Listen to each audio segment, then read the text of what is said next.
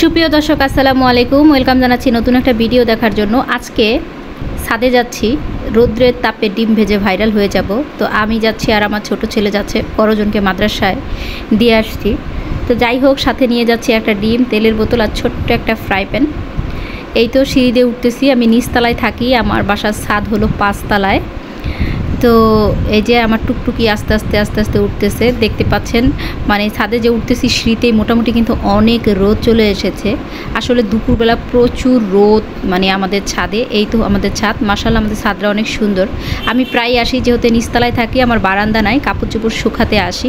তো আজকে আসলাম ডিম ভাজতে, যে সবাই রোদ্রের তাপে ডিম ভাজতেছে আর এত পরিমাণ গরম। আমিও ভাবলাম যে তাহলে একটু ট্রাই করে দেখি অ্যাকচুয়ালি আসলেই কি ডিম ভাজা যায় বা ভেজে খাওয়া যায় কি না।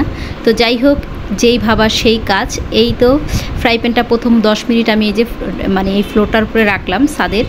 তারপরে একটু হাত দিয়ে দেখলাম ভালোই প্যানটা গরম হয়ে গেছে। তারপরে একটু তেল দিয়ে দিলাম। এই তো মানে মোটামুটি ছোঁয়া যায় এরকম গরম হয়েছে আর কি। যাই হোক, যেহেতু রৌদ্রের তাপ, এটা কিন্তু মানে চুলার মতো গরম হবে না। এখন ডিমটাকে ভেঙে নিচ্ছি। আমি কোনো বাটি বুটি আনি নাই, একটা চাবি দিয়ে খোঁচা দিয়ে উপর থেকে খোসাটাকে মানে ছাড়িয়ে এভাবে করে ঢেলে দিলাম।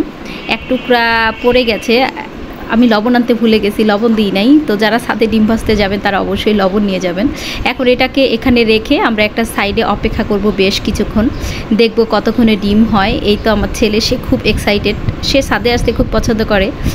প্রায় আমি তাকে নিয়ে আসি, আজকে ছাদে এসে ডিম ভাজতেছি, সে তো মহা খুশি। তো এই তো দীর্ঘক্ষণ আমরা একটা পাশে বসেছিলাম, প্রায় 40 থেকে 45 মিনিট হবে। বাট যেই ডিম সেই আছে, আমরা ঘেমে পুরা ভিজে গেছি গোসল করার মতো। যাই হোক, এখন এটা নিয়ে নিচে চলে যাব, আর মানে ধৈর্য হচ্ছে না। এখন এই তো চুলায় বসিয়ে দিয়েছি। তবে আমার কাছে মনে হয় যদি সারাদিন সকাল থেকে দুপুর পর্যন্ত 4-5 ঘন্টা কিংবা সারাদিন রাখা যায়, সেক্ষেত্রে ডিমটা সেদ্ধ বা ভাজা হলেও হতে পারে। বাট এখন হলো না, ব্যর্থ হয়েছি। এই তো চুলায় বসিয়ে দিয়ে চুলার জালটা ধরিয়ে দিলাম। এই হলো আমার ডিম ভেজে ভাইরাল হওয়া। সবাই অনেক বেশি ভালো থাকবেন, সুস্থ থাকবেন।